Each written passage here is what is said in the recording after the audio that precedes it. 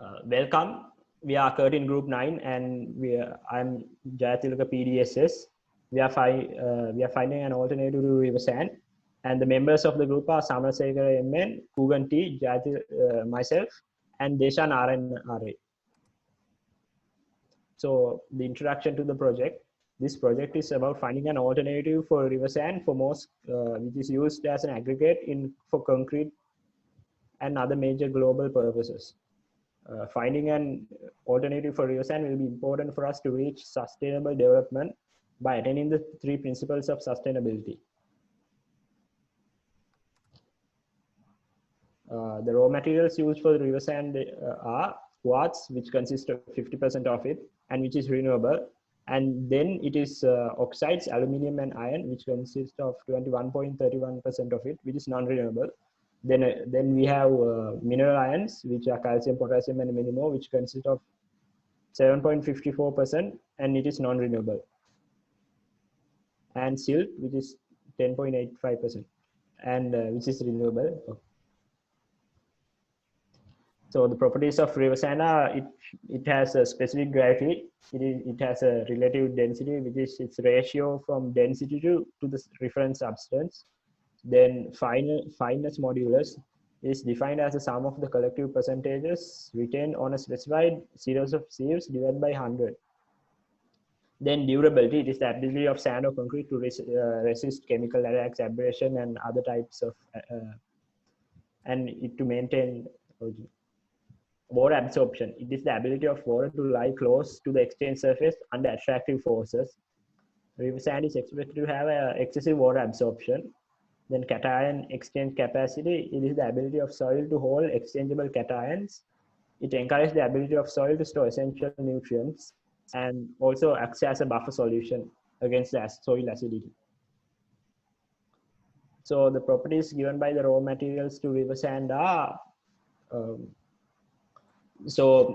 which gives water absorption is mineral ions give water absorption. Then when it comes to specific gravity, it's silica and shell fragments. When it comes to a cation exchange capacity, it's mineral ions and oxides of iron and aluminium. When it comes to fineness modulus, it's silt, silica, and quartz. And then when it comes to durability, it's silica and quartz. The river sand extraction process flow diagram, you can see it in the screen. So river sand is transported by trucks to the yard, which is being collected by the bin. Thereafter, the rough mixture is transferred via conveyor belt to the fine crusher, where it is decomposed into smaller particles. Then the product is sent through vibrating screens, which is sent through a conveyor belt. The vibrating screen separates the bigger particles from the smaller particles, and via another conveyor belt are sent to the dry magnetic separator. It separates the magnetic materials in the mixture, and the final products come out as pure river sand, while also forming powdered iron as a byproduct. CO2, nitrous oxide, and waste is also produced as byproducts in this process.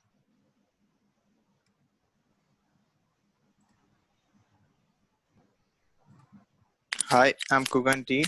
So now we are going to look at the applications or uses of river sand. It's mainly used for concrete production, and it's an important raw material in the construction industries, and it is used in mortars as a fine aggregate. And then it's used for plastering, brickwork, and it's even recommended for RCC, which is reinforced cement concrete. Now we'll look at the problems faced by river sand. So these problems are according to the extraction stages of river sand. So the first stage would be mining from river beds. So degradations of rivers due to over extraction of river sand, which is legally, and there is more illegal extraction too. So the social impacts due to these would be destruction of aquatic and riparian habitat, and overmining might affect the adjoining groundwater systems, and so the uses the local people make out of these rivers would be heavily affected. And then stage 3 would be impact fine crusher. So environmental problems for this stage would be air pollution due to dust particles, And then you have sound pollution due to breaking down the particles. Then stage 4, vibrating screen. The environmental problems due to these is again air pollution. And then economic problems would be bearings overheating in the material, and then poor screening quality due to blockage or wear and tear usage of sieve holes.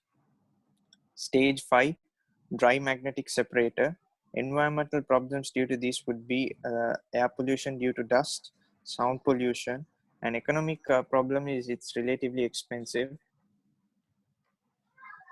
So now we are going to look at the alternatives for river sand. So we were able to find so many alternatives, but then these two are the main ones. The main ones are use of crushed waste glass and use of quarry dust. Use of crushed waste glass, it minimizes the waste disposal by the process of recycling waste glass. And then use of quarry dust minimizes cost problems and release the greenhouse gases to the environment. And then yeah, we have one more, sorry, it's 3. Use of copper slag increases the strength of properties of cement. And we even thought of the transportation costs, so we wanted to come up with an alternative for petrol or diesel charges. So we thought usage of biofuels such as bioethanol would minimize the use of non-renewable resources, so it will be sustainable.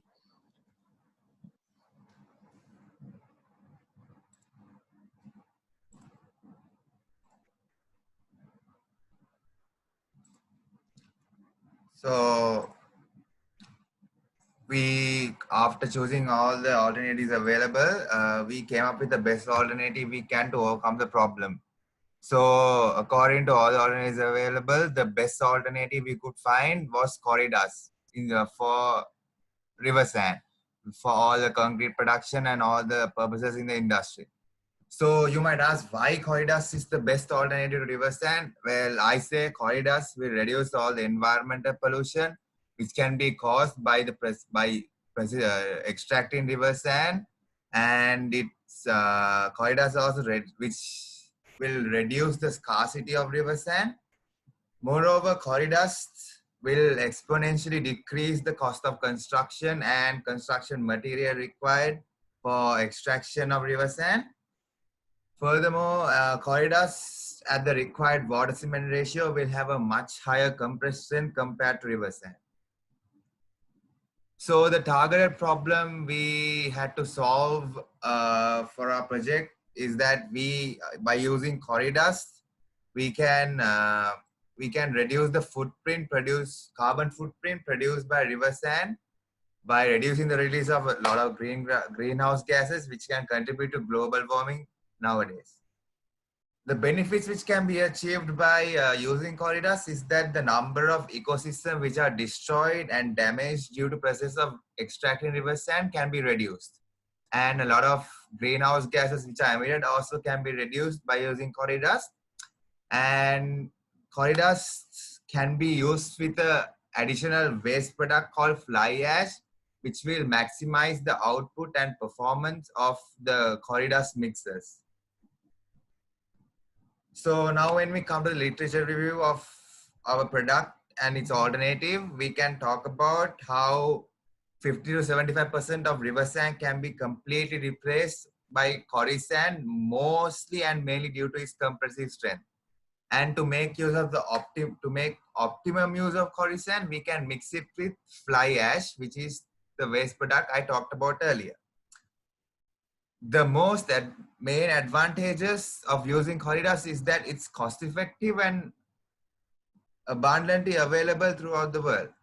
And replacement of river sand using corridors has brought about major improvements in mechanical properties and modulus elasticity in concrete. Here are some experimental results and statistical data which prove why corridors is the best alternative for river sand. And you can see the compressive strength, the split strength, tensile strength, and the flexural strength are being compared in this bar chart. And you can see that all these three have are greater in corridors than in river sand. And there are two graphs showing the split tensile strength and the flexural strength over a period of 28 days. And as you can see, in the split tensile strength, the change for the 28 days is almost on a straight line, and it doesn't fluctuate too much, which means it stays strong for a long period of time. And the same goes for the flexural strength of Corisan. As you can see, it doesn't waver too much, and the strength of the flexural strength of Corisan remains increases and remains constant throughout the whole 28 days. So in conclusion, I would say the advantages that Corisan bring outweigh the benefits of using river sand for construction purposes. And because of this, it will help us to make sustainable development a reality. So I think we should definitely be aware and use corridors for future productions to make our world a better place. Also in this project, we learned how to approach an engineering problem, like sustainable engineering problem, and come up with a sustainable solution for it. And during that process, we had to learn about each and every life cycle which will be affected during the extraction process, the manufacturing process, and the delivering processes. And we dealt with all of them and came up with a sustainable solution. Thank you.